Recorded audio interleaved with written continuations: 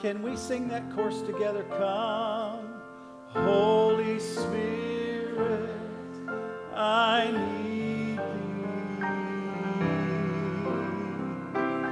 Come, sweet Spirit, I pray.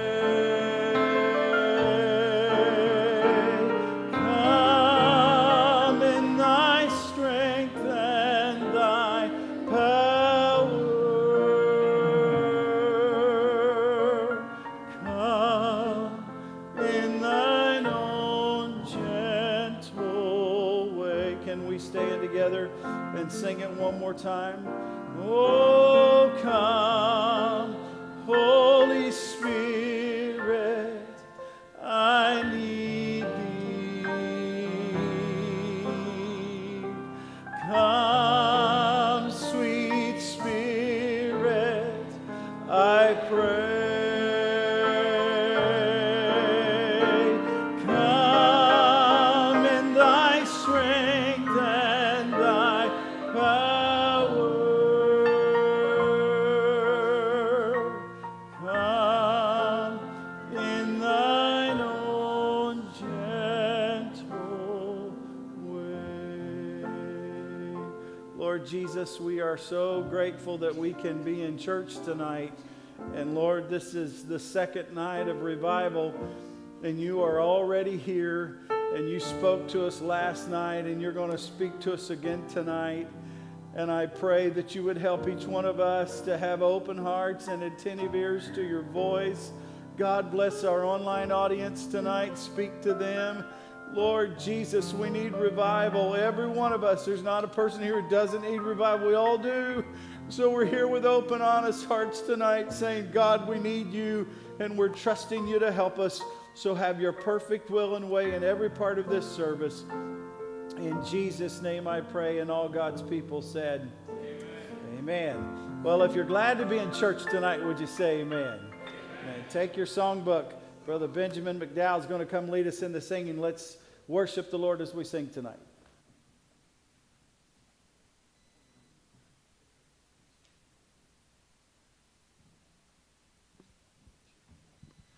Good evening.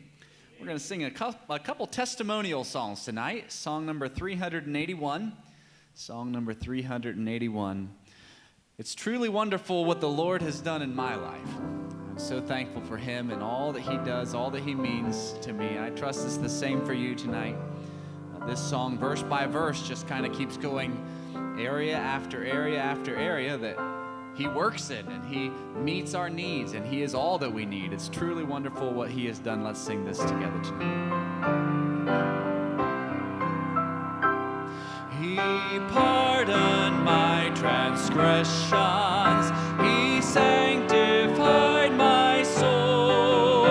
He honors my confessions, since by his blood I'm whole. It is truly wonderful what the Lord has done. It is truly wonderful. It is truly wonderful. It is truly wonderful what the Lord has done. Glory to his name. He keeps saying every moment by trusting in his grace. 'Tis through his blessed atonement that I may see his face. It is truly wonderful what the Lord has done. It is truly wonderful. It is truly wonderful. It is truly wonderful what the Lord has done. Glory to his name. He brings me through affliction. He leaves me not alone. He's with me in temptation. He wonderful has name. Amen. You may be seated.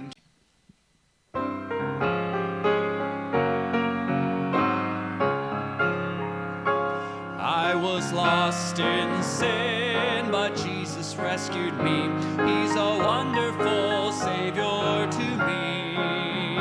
I was bound by fear, but Jesus set me free. He's a wonderful Savior to me. For He's a wonderful Savior to me. There may be things we need to Wednesday night, and I am so thrilled that you are with us tonight. We have some visitors that are with us. Can we welcome our visitors? We are delighted that you've joined us on this Wednesday night of revival. Thank you for coming. I think we're having technical issues, aren't we? So we're probably not live at the moment, so we won't welcome our online audience, but hopefully they'll get it fixed, and our online audience will join us. As we pray tonight, let's pray that God will just continue to meet with us night after night. And let's pray the Lord will help us do the best we can to lay aside every weight. Brother Jones preached in chapel this morning, and he preached to the young people about this thought. He said, I want you to mention these 3 words. Look, and it reminded me of what our poor president did the other day when he said, I want to start this speech with these 2 words, made in America. Hold on a second. So when Brother Jones said, I want to start this sermon with these 3 words, I got a little nervous. He's fine, though. His cognitive skills are fine. There's not an issue there. But here they were. Look straight ahead. Look straight ahead. It was very, very good. And here's what my hope is. My hope that as much as possible, we will lay aside as much as we possibly can from here to Sunday. Focus on revival. Look straight ahead. Not allow the devil to distract us, but trust God to give us revival. Amen? Amen. And so let's pray for each other. There will be things that will come up. My day ended up totally different than what I expected it to be, but that's okay.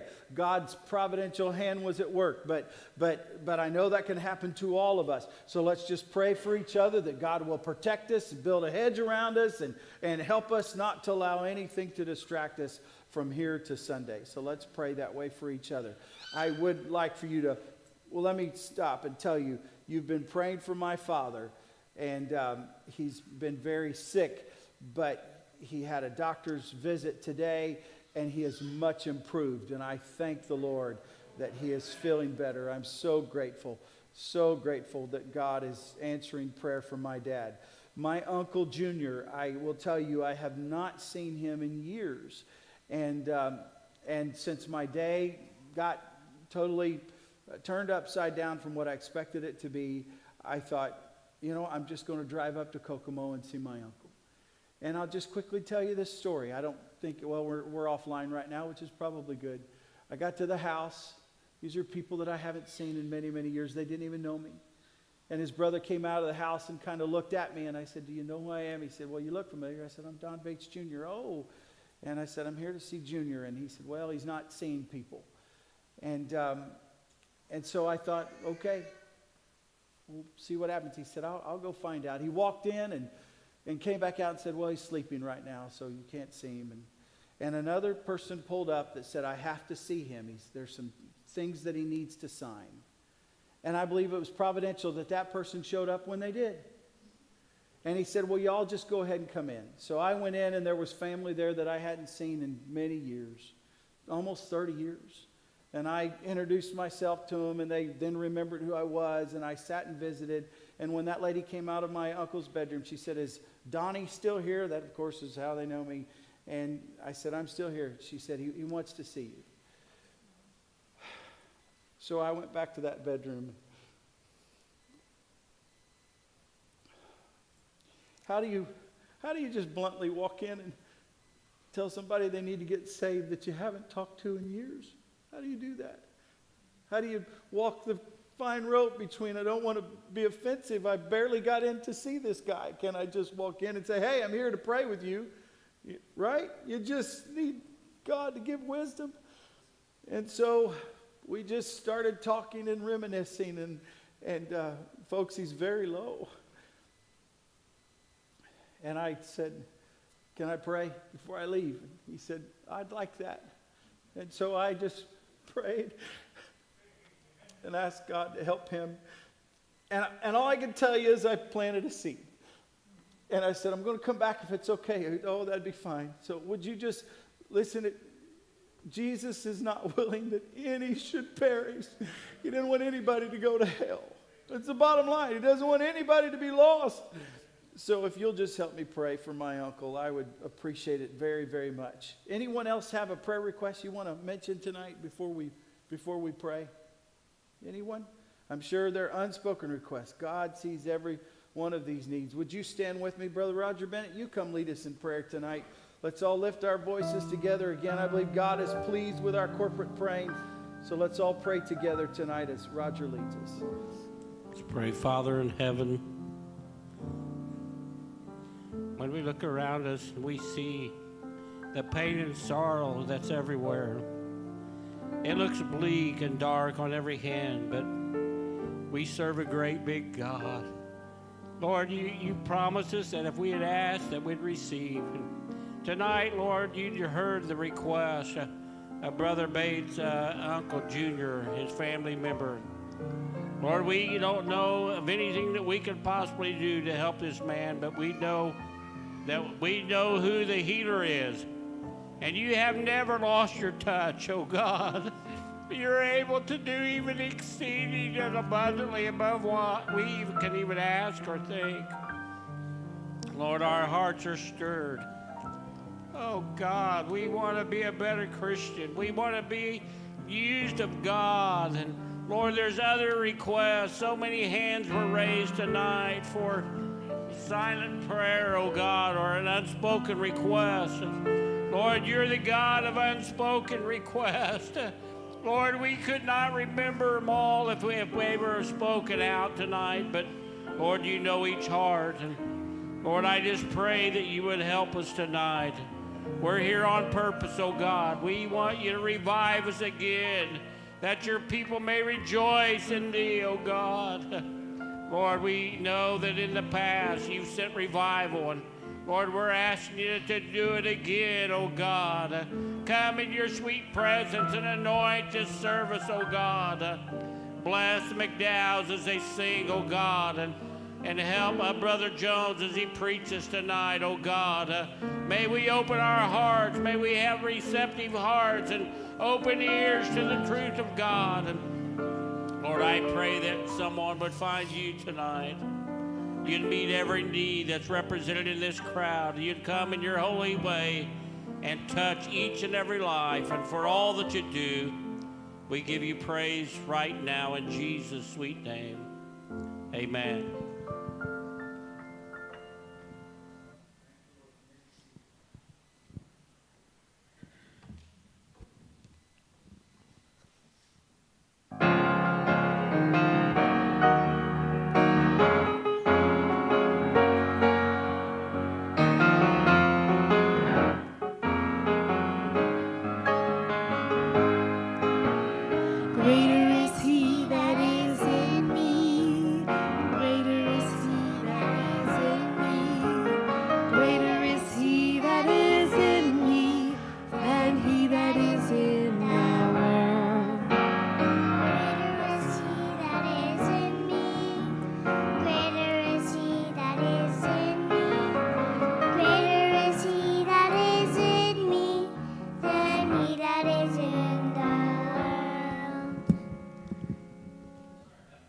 I've learned it's awful distracting when that happens. Sometimes it's better to just stop and start over again. So we're going to do that tonight.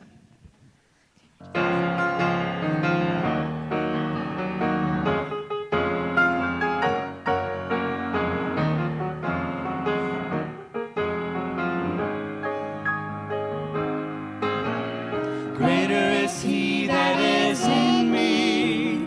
Greater is he that is in me. Greater is he that is in me than he that is in the world.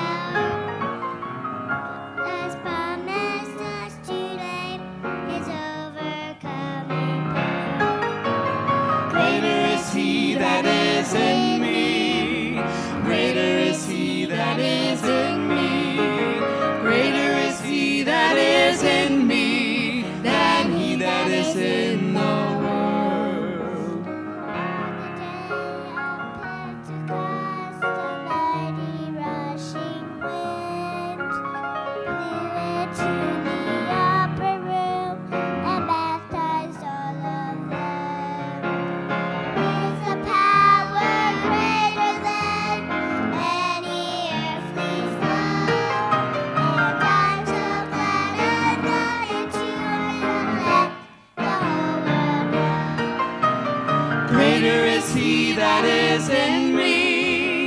Greater is he that is in me. Greater is he that is in me than he that is in the world. Greater is he that is in me. Greater is he that is in me.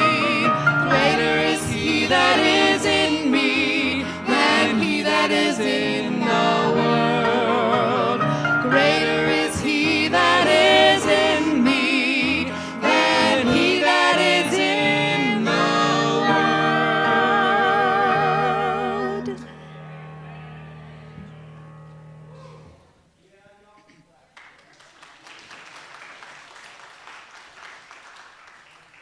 Was so good. Battery had died, bro. Here, I'll trade you. We're good now. Well, we usually have kids choir on Wednesday night. That was a pretty good substitute, wasn't it, youngins? They did good. That is Briella and Cambria, right? Cambria. Man, I was so close. And Emmeline, where's Emmeline? She's not in here at the moment, right? So I don't know where they got those names. They're beautiful names, but I've practiced them all day long. Briella, Cambria, Emmeline, and Cambria, huh? Something.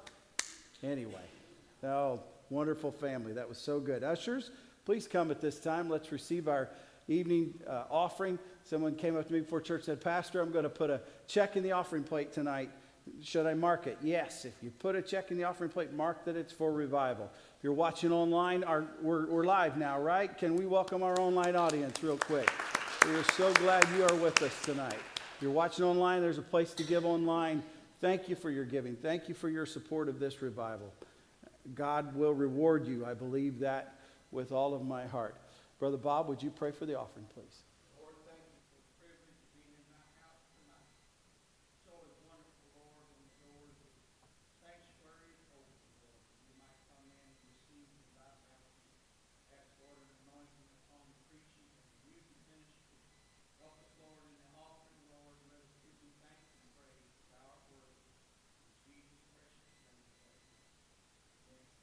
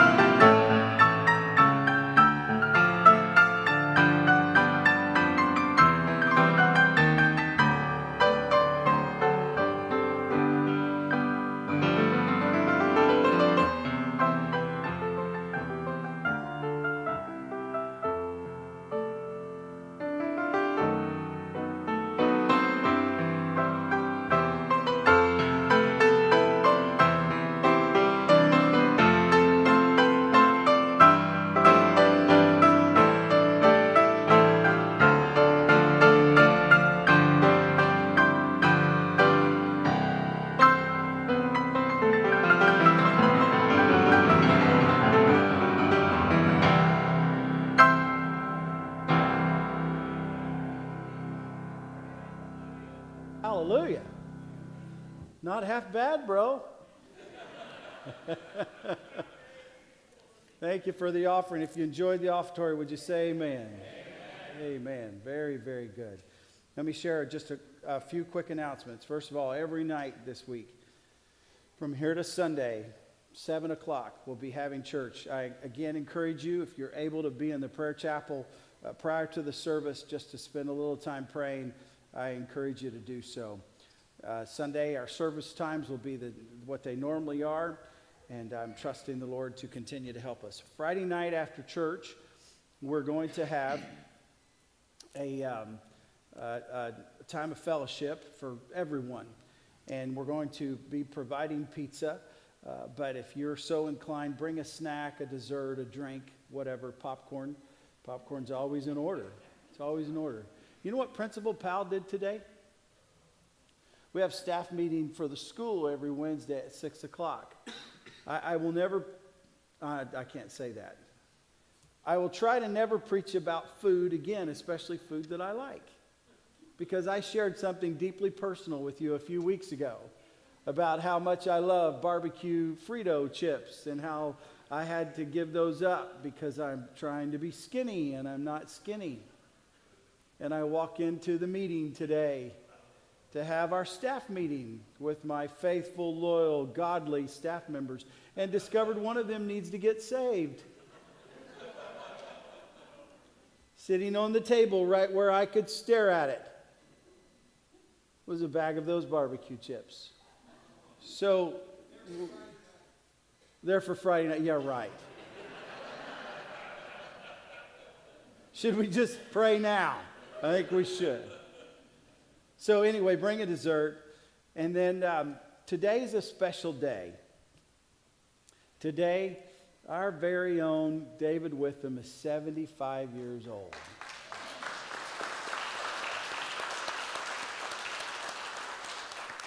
Can we sing happy birthday to David? Happy birthday to you.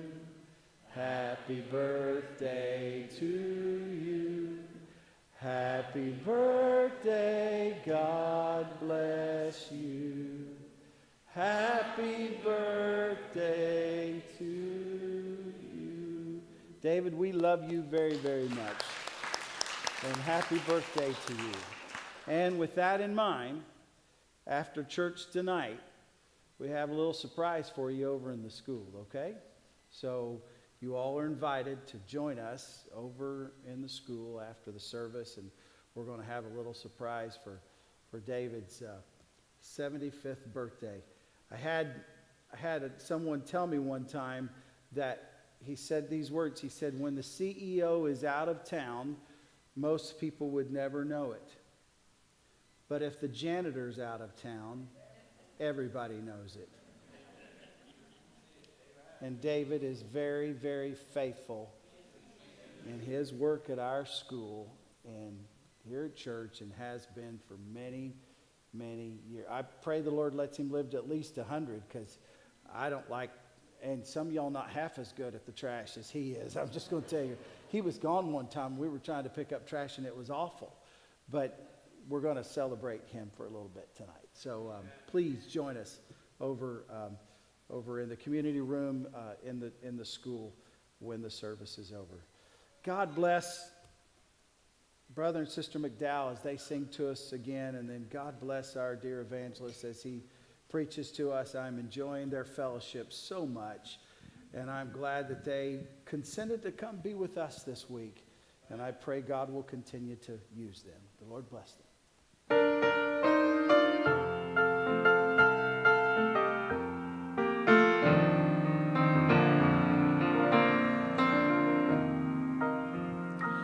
I want Jesus in my life more than anything this world can offer me. Just to know He's leading in my life, satisfied. Just to know He's leading in my life is worth everything that I might sacrifice. Oh, I Jesus more than anything. Take the fame that I might want, and all the things that seem so dear. I'd rather have him than any praise that men may give to me. I want him to have control and be the breath of life in me. I'd rather have Jesus. I'd rather have him than anything.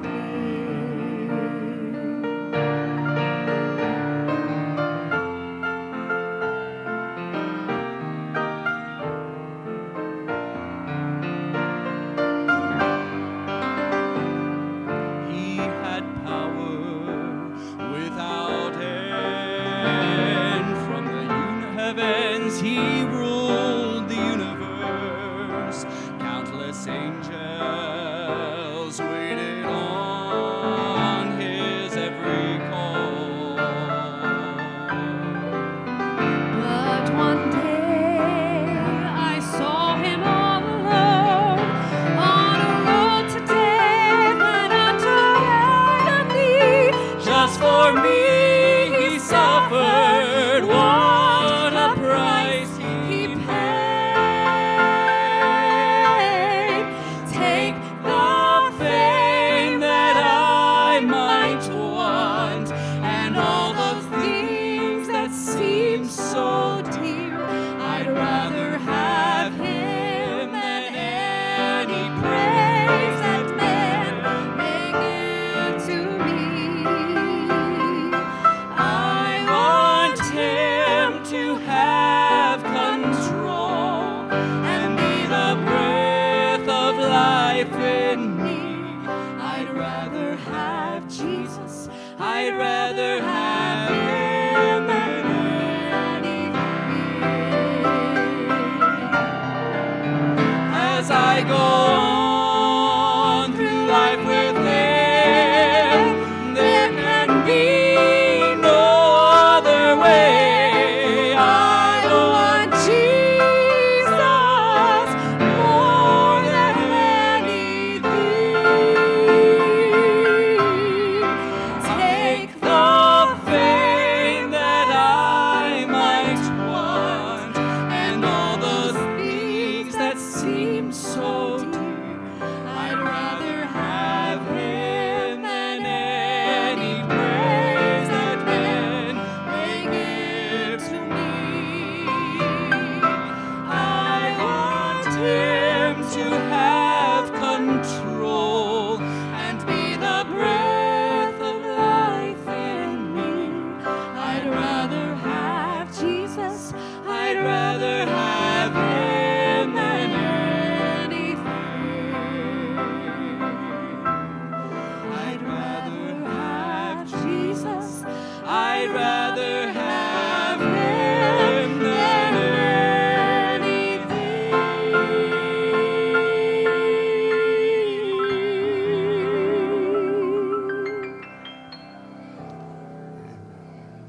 Amen.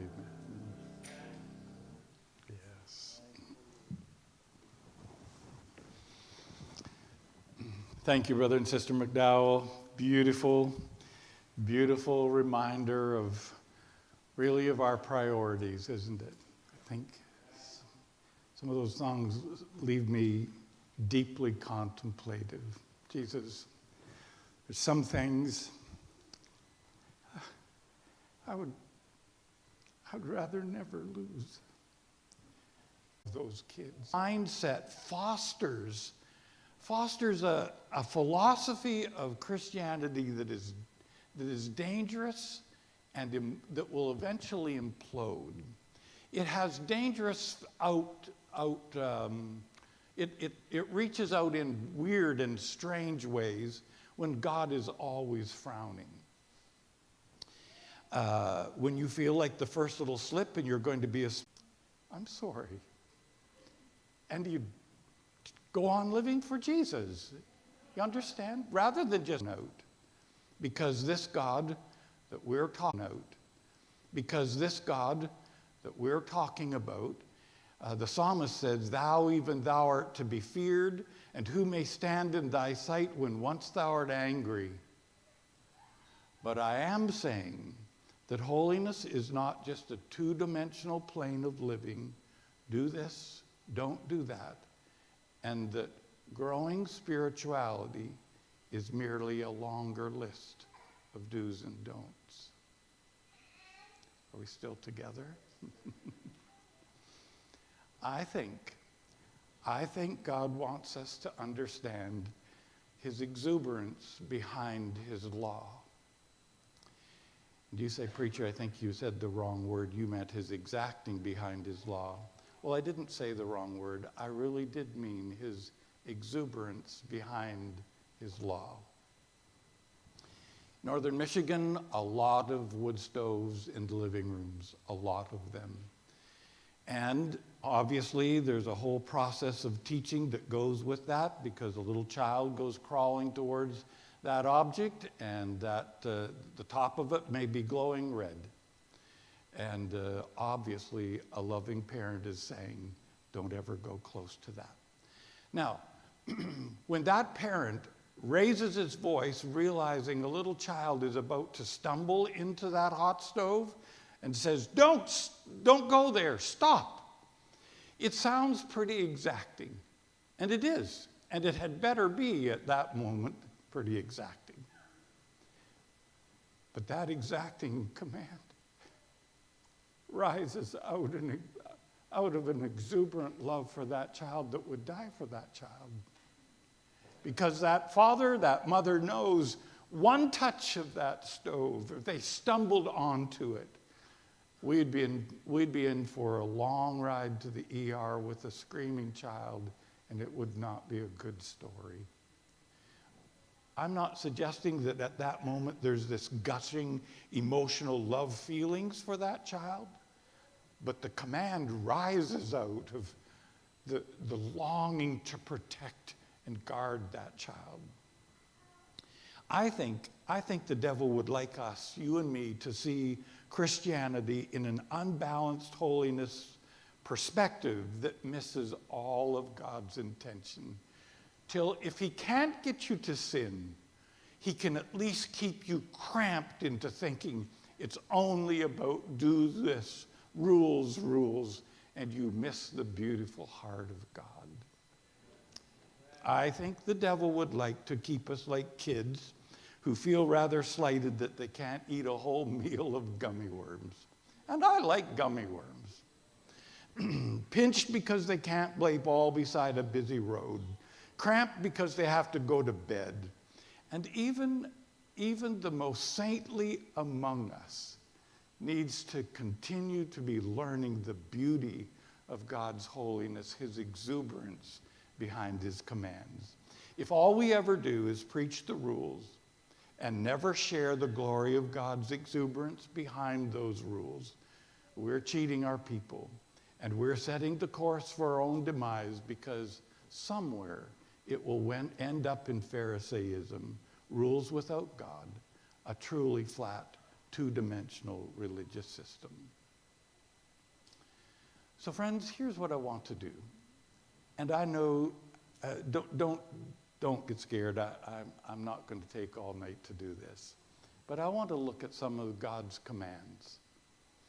And I want us to look at them maybe the way God looks at them. Remember, the lawyer came to Jesus one day and said, what are the greatest commands? And Jesus responded and said, the greatest commands are to love God with all of your heart and to love your neighbor. And on those two commands hang all of the others. So clearly, obviously, there is something deeper, richer, more foundational than just don't steal, don't lie, don't swear, don't commit adultery, don't bow down to the idols. There's something unseen. There's something spiritual. There's something deeper than those. All these commands hang on the two great hooks.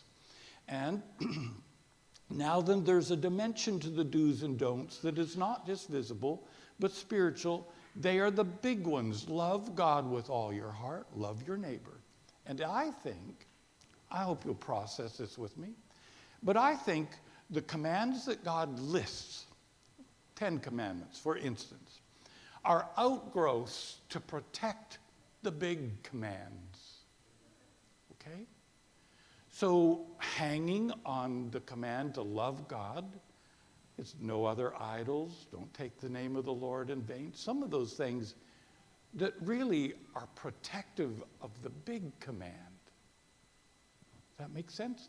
Complementary to it, foundational, protective, sustaining, safeguarding.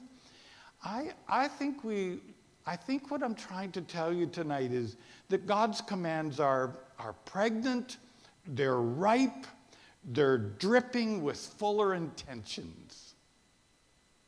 Are you okay here? We're in a little thought journey here together, and that's all right. So let me take another little run at this. Clearly, God has given us commands that reflect who He is. We understand that. Commands that serve as fences, boundaries of protection. Probably for the most part, our thinking is limited to what those fences keep us out of. Think with me for a little, just let that soak in. Most of the time we think of God's commands as what they were meant to keep us out of. They're the exacting God who says, don't do this. But what about what He is trying to keep us inside of? Inside His exuberant expression, inside His exuberant heart. So that it isn't just the exacting don't do that, but this is a don't so that we can keep this exuberant expression alive in our hearts and lives. Some things that the commands of God are fences to keep us inside and enjoying. And so I'm going to do something tonight, just briefly, and just take a little run at the 10 Commandments, and not all of them, but I want to look at them, not just as fences that are keeping us out of something, but something that God is trying to give us, okay? When God says, thou shalt have no other gods before me, it sounds like a jealous God, and He declares that He's a jealous God, but what does that mean? Small-minded, stuck on Himself, ingrown, egotistical? Well, those can't be right, because the verse you learned as a child, for God so loved the world that He gave. He's a giving God. He's a giving God. So jealous has to mean something more than ingrown and egotistical. There's this unexplainable concern for mankind. And He's jealous. Jealousy is part of the vocabulary of love here. Choose me fully so that I can give myself fully to you. Are you following me? Choose me fully so that I can give myself fully to you.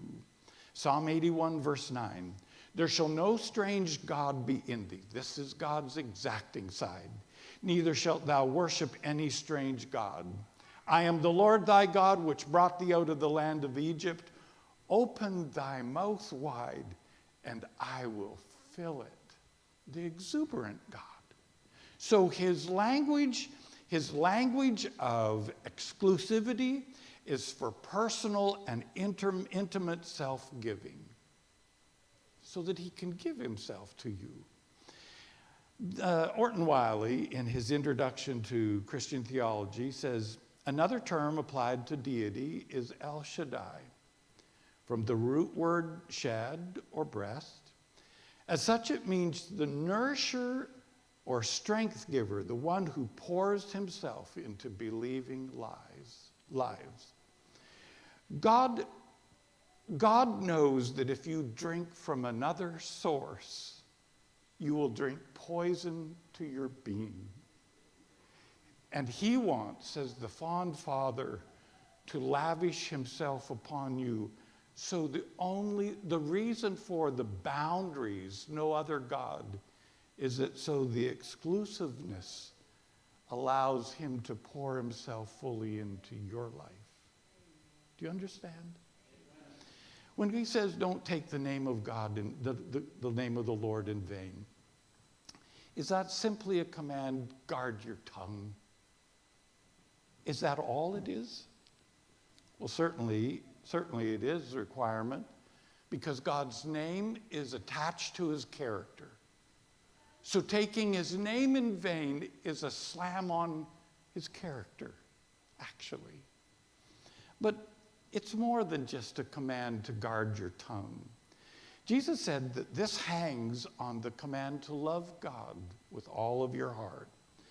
And I think that he wants us to learn to love him until we grasp the grandeur of his name, the grandeur of his character, until we know, maybe till we would understand that he is saying, my name is connected to my holy person.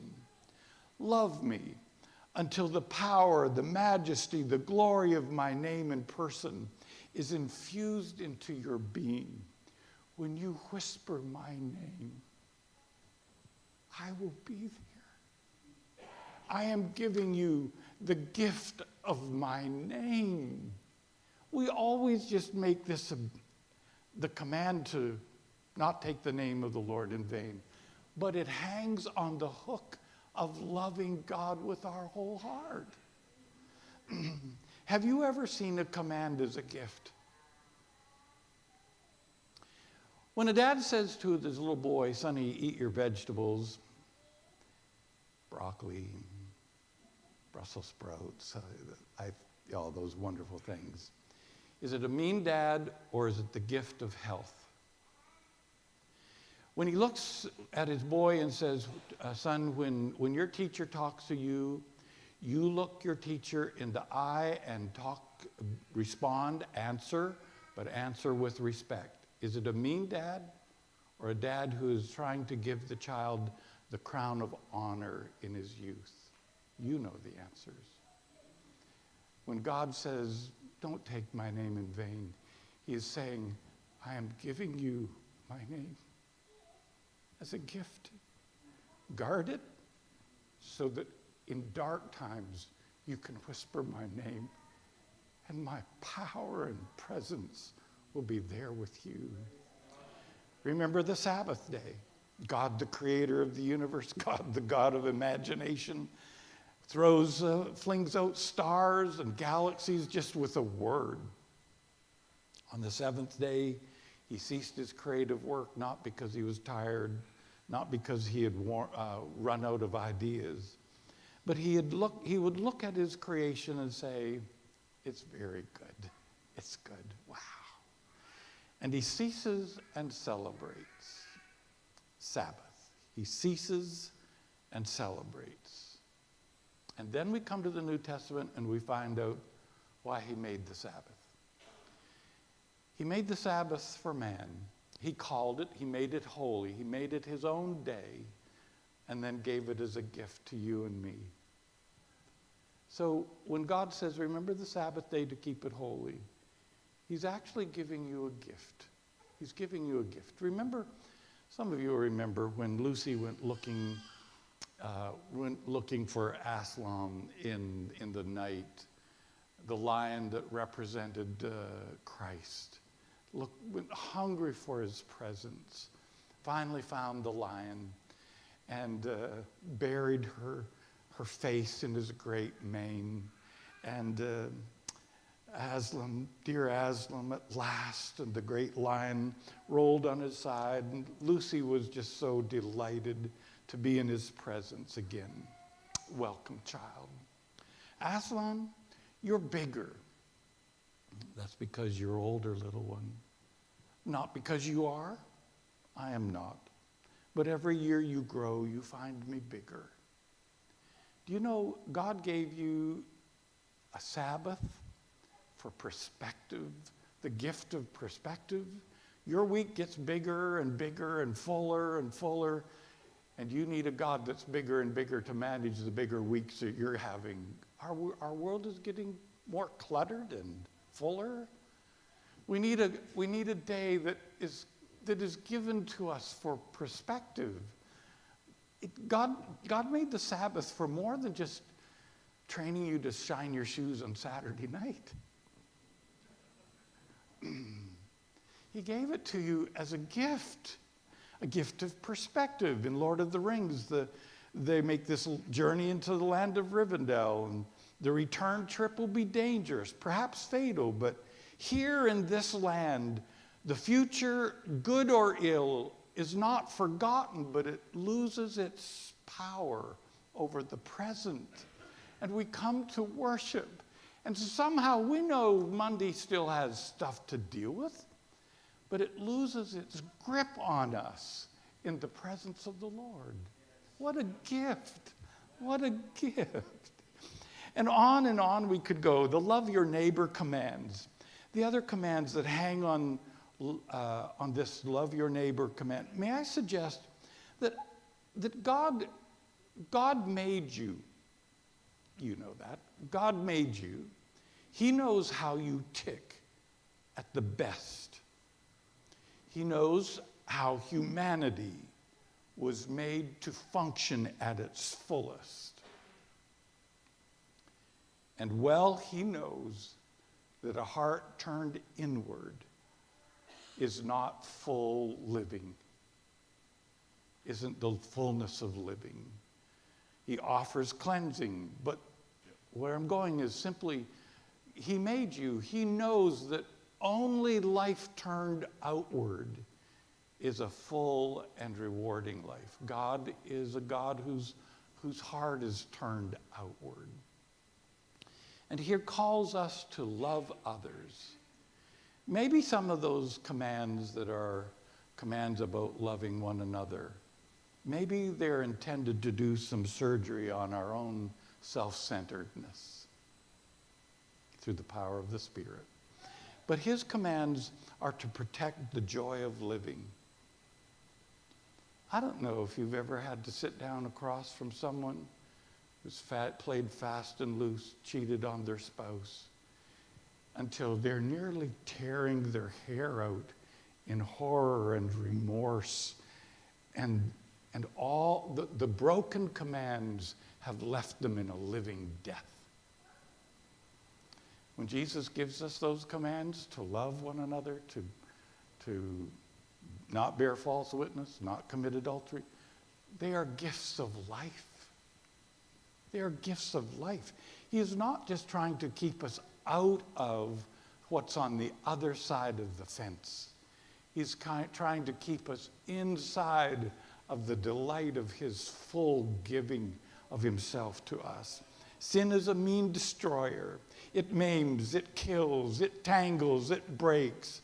But love one another is not just a nice platitude. It's not just a noble philosophy. It is the exuberant heart of God offering us the richest, most rewarding, most fulfilling life possible. It is welcoming us to holiness in a third dimension that has something more than do's and don'ts, until God, through his own enabling presence, makes life our delight.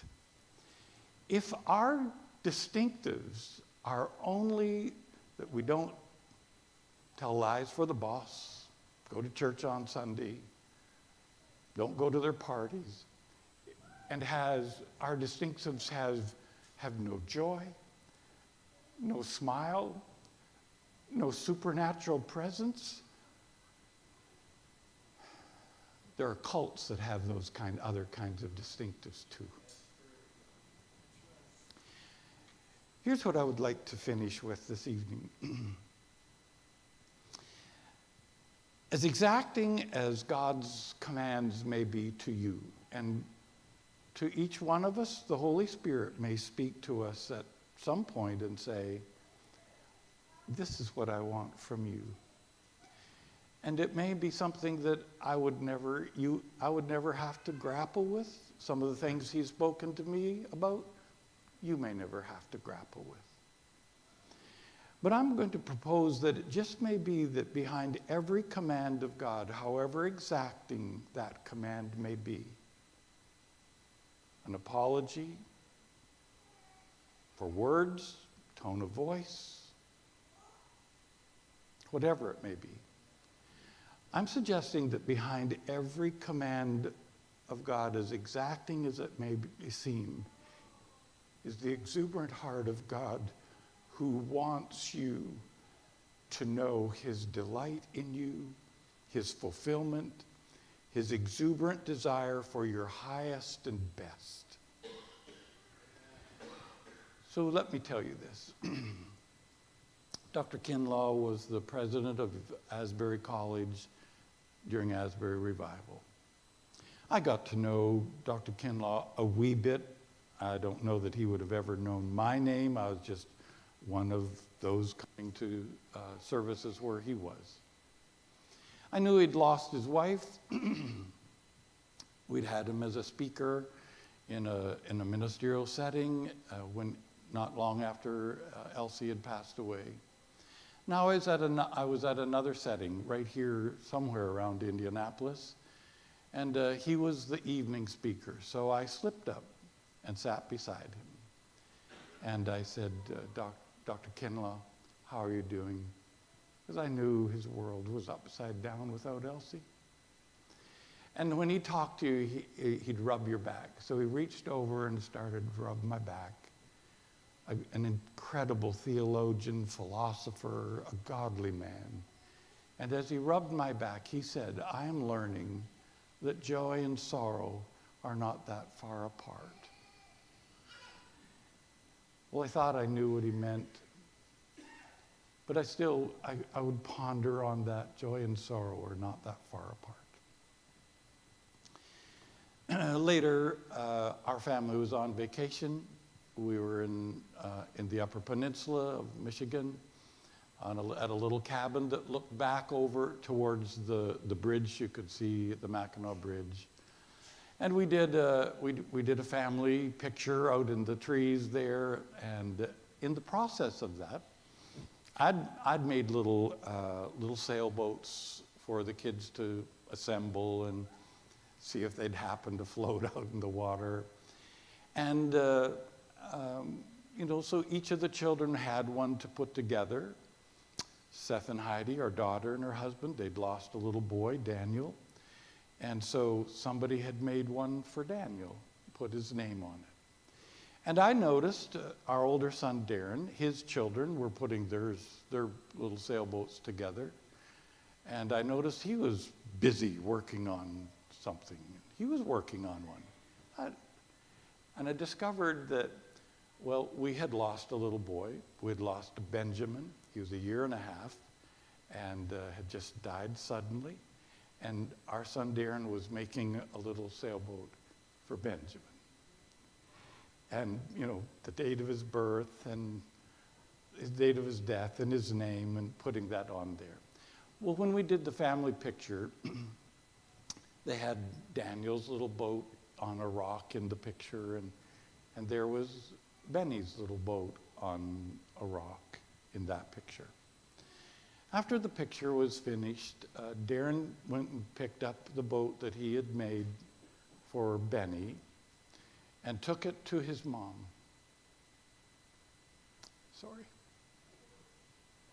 And handed it to her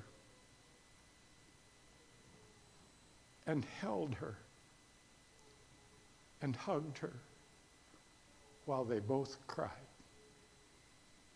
And as I watched, the joy of his nurture for his mom and the sorrow of the loss of Benny, the joy and the sorrow, you could, the beauty, the warmth of that nurture and that hug and the sorrow of losing Benny had become one. You couldn't separate joy or sorrow at that moment. It had become one.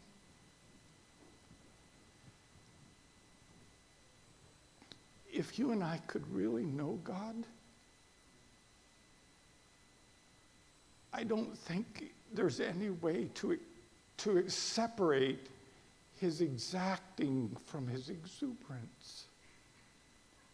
I think if we really knew him, it would become one. The heart of God who says, no, don't do that, is the same one the same heart that longs to hold and hug and hold and keep us. I don't think, again, if we could really know God, that there's any way to separate his holiness, his holy exacting, from his holy exuberance. And so what is it that God is asking from you? What is it that God asks from your life? He's not trying to crush you.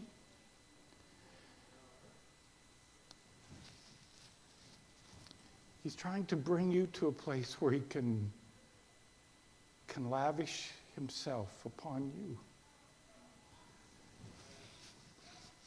All of us go through some things that are just beyond what we ever dreamed. Life has those things. Sandy and I cried through COVID in ways that we have never cried before, for days. So I say, Lord, why? Why? And all I can understand is, Blake,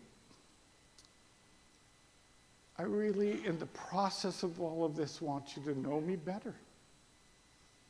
To know that I'm absolutely trustworthy.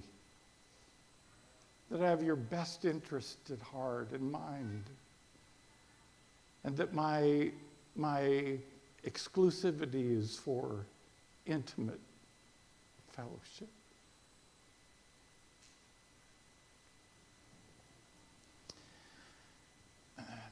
I don't know what God is asking from you, but I just would like to invite you, if you need to respond to God who's got his finger in your back about something,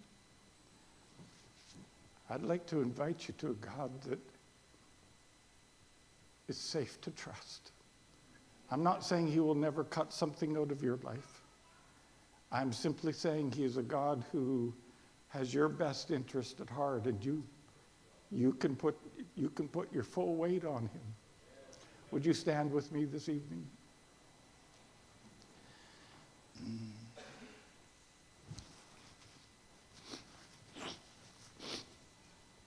So on this Wednesday evening, while God is trying to help us to know him better, does he require any obedience from you that would be easier if you could just come and kneel here and say, Jesus, if this is who you are, if your exuberance, your faithful love is so incredibly tied to this requirement, what you're asking from me, then here I am to surrender to you as to a loving Father. Anyone at all? This is maybe very different. Anything that you would like to just come and say, Jesus, I don't know what to do with this, but here I am. Here I am. And if you love me till I can't separate your exacting heart from your exuberant heart, I'm coming to just fall into your arms. Just fall into your arms.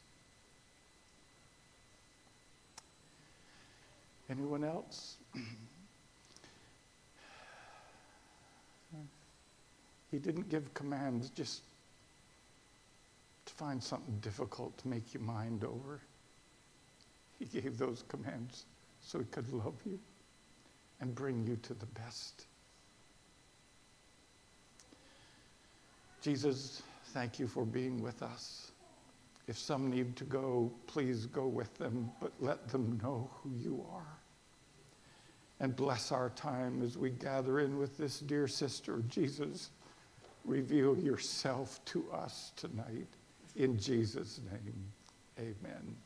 Let's gather in as many of you as can and will. Let's talk to the God who loves us, whose heart is for us, who cares about us. Open our hearts wide to him, to his careful and loving embrace. Let's pray together. If you need to go, you're free to go. But God is here. God is here. God is here.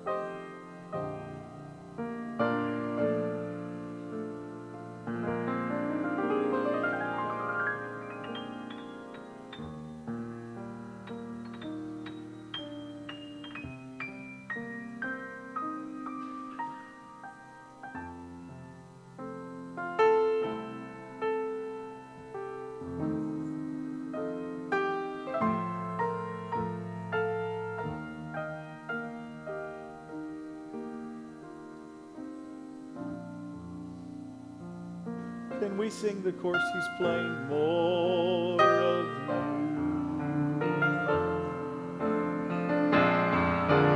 More of you.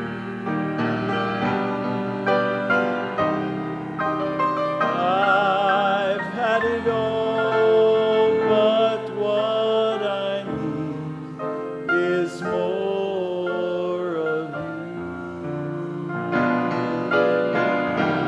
Of things I had my fill, and yet I hunger still, empty and bare. Lord, hear my prayer for more of you. Oh, can we sing it again? Yes, more of you. Oh, more of you. I've had it all, but what I need is more of you. Of things I had my fill, and yet I hunger still, empty and bare. Lord, hear my prayer for more of you. For he came to me. He came to me when I could not come to where he was. He came to me. That's why he died on Calvary.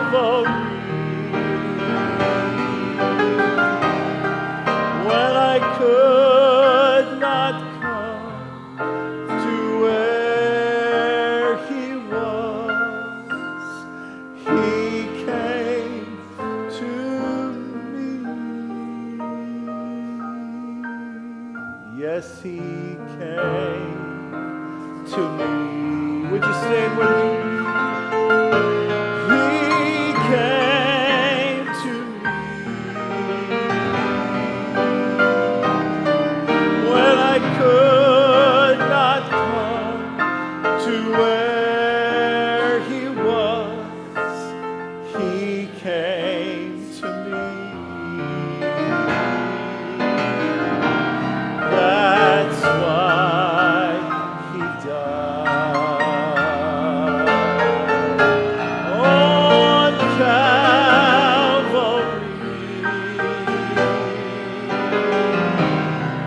When I could not come to where he was, he came to me.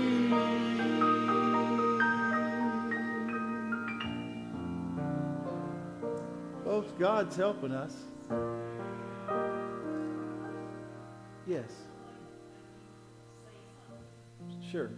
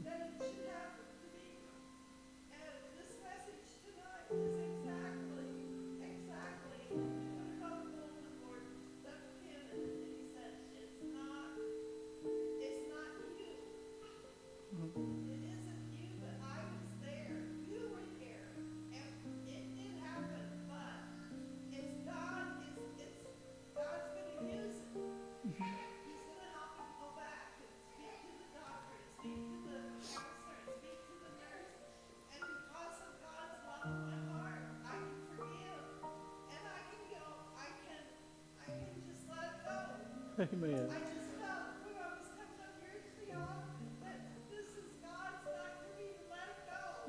Praise I God. can't do it now. No. I can't put sophisticated names on my life. I can just say God goes with me. Amen. He's in me. Amen. He knows where I go. And Amen. the most unusual things happen that you don't expect. Like I had someone now helping me with house cleaning, and she calls me mom, and George is mom, and she really means it. She's just a hungry soul for love of God, and I'm like, God has put another situation, someone else in love, and I just want to thank Brother Jones for preaching exactly the message I needed. Amen. And everybody else had helped me. Amen. So thank you for praying for me. Amen. Amen. Praise God. You want to say anything, Melissa?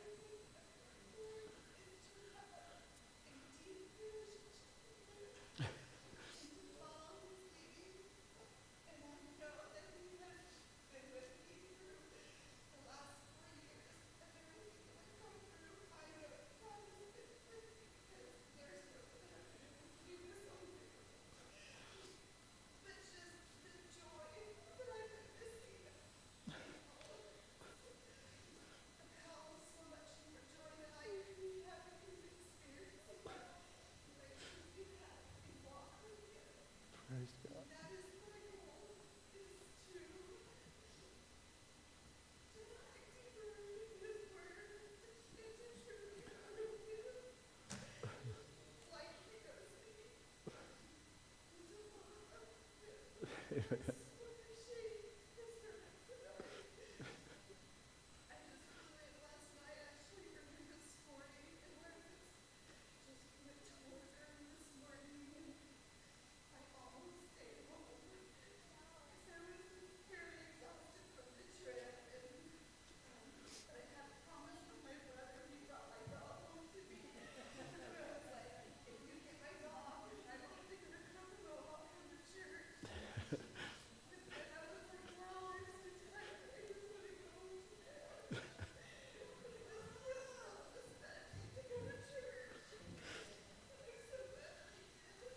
Praise God.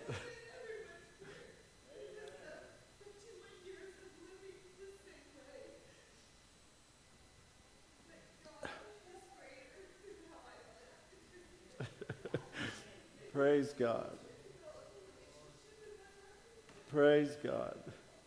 Praise God. Praise God. Jesus, thank you for your presence tonight. Thank you that you have been here, that you are helping us. You're helping us to grow. Oh God, you're opening our eyes. Oh Lord Jesus, help us all to walk in the light of what we're hearing. Lord, continue to deepen us, I pray. Oh God, help us to keep soaking in what we're hearing and bring us back safely tomorrow night, Lord, wanting you more than we want anything else. Continue to touch our hearts, I pray. Now, Lord, we're going to go have a time of fellowship with David. Lord, make this a blessed time, I pray. Bless what we're going to eat, our fellowship together. Continue to draw us close to you and to each other. In Jesus' name I pray. Amen. Amen. You are dismissed. God bless you. Thank you for coming tonight. Come back tomorrow night and invite a friend and come over to the school with us real quick and have a bite to eat.